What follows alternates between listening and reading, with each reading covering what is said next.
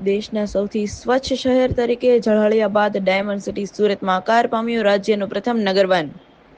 ડુમસના દરિયા કિનારે આકાર પામ્યું નયન રમણીય નગરવન. વન પ્રકૃતિ અને શહેરી જીવન વચ્ચે સુમેળ ધરાવતું હરિયાળો પ્રદેશ જે સહેલાણીઓને કરી રહ્યો છે આકર્ષિત. શહેરી વિસ્તારમાં પર્યાવરણીય સંરક્ષણને પ્રોત્સાહન આપવા ડુમસના દરિયાકાંઠે સુરતવાસીઓને થઈ રહ્યો છે કુદરત સાથે ભેટો.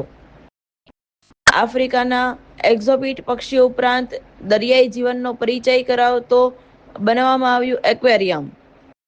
અહીં લોકો પોતાના પરિવાર સાથે આનંદ માણવા ખૂબ જ આવી રહ્યા છે. ન્યોસી પટેલ છે. હું અહીંયા ડુમસમાં જ રહું છું. પહેલાં અમારા અહીંયા ડુમસમાં ખાલી એક દરિયો હતો ફરવા માટે.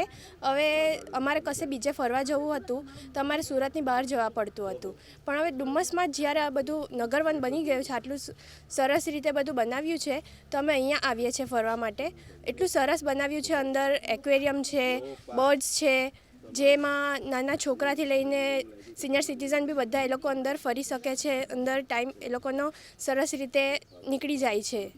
નગરવનમાં ખાસ એવું શું ગમે કે લોકોને વધારે પસંદ આવતું હોય છે? નગરવનનું એટલું મસ્ત નેચર છે, એટલું મસ્ત દરિયા કિનારે એમ બનાવવામાં આવ્યું છે, તો એટલું સુંદર એમ ટાઈમ નીકળી જાય છે કે તમને અંદર બહુ સરસ રીતે મજા આવે છે.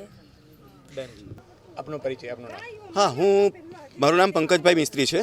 હું સુરતથી 50 કિલોમીટર કડોદ નામના ગામથી આવું છું. અમારું ગામ પણ નાનું એવું જ છે, લગભગ 14-15 હજાર વ્યક્તિની વસ્તી છે. પણ અમારું ગામ એક એમ જોવા જાય તો તાપી નદીના કિનારે જ આવેલું છે. અને આજુબાજુના હવે આપણે જે નેચરપ્રિય વ્યક્તિઓ જે છે અને ઉંમરલાયક વ્યક્તિઓ છે, જે એમ માનો કે સિનિયર સિટીઝન્સ, તો તેમને જે નેચરપ્રિય વ્યક્તિ હોય તેમણે જો આ બધી વસ્તુની મોજ માણવી હોય તો સુરતથી ઘણું બધું દૂર, એટલે કે વ્યારા છે, ડાંગ છે, સાપુતારા છે, એ બાજુના જંગલ વિસ્તારોમાં જવું પડતું હતું.